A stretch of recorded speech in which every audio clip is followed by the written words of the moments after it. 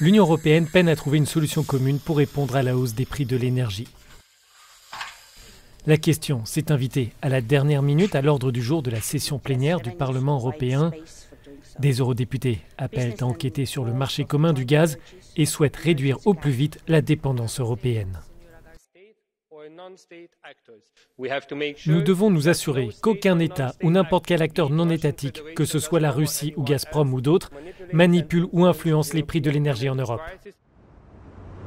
Plusieurs pays membres, dont la France et l'Espagne, ont signé une déclaration commune pour proposer des achats groupés de gaz.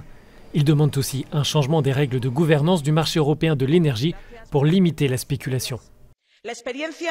L'expérience prouve qu'un État membre seul est plus faible et qu'individuellement, les gouvernements sont à la merci de la spéculation sur les prix et se livrent même à une concurrence entre eux.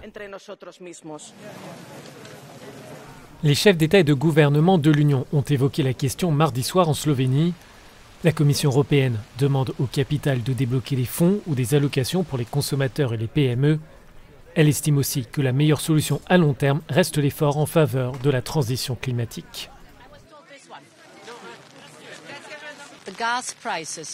Le prix du gaz s'envole, mais les prix des énergies renouvelables ont diminué ces dernières années et sont stables.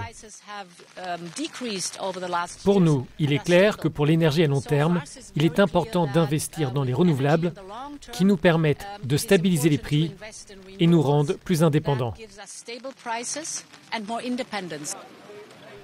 Cette analyse ne fait pas l'unanimité. Pour le Premier ministre hongrois, c'est exactement le début de tous les maux. Le problème pour la Hongrie, c'est justement les nouvelles règles du pacte vert qui est une taxe indirecte pour les propriétaires d'appartements, de maisons ou de voitures et ce n'est pas acceptable.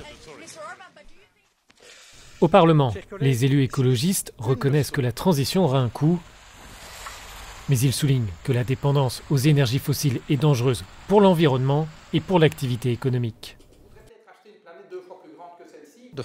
Les énergies fossiles nous ont donné l'illusion que nous pouvions avoir de l'énergie peu chère et en quantité, et ce n'est pas vrai.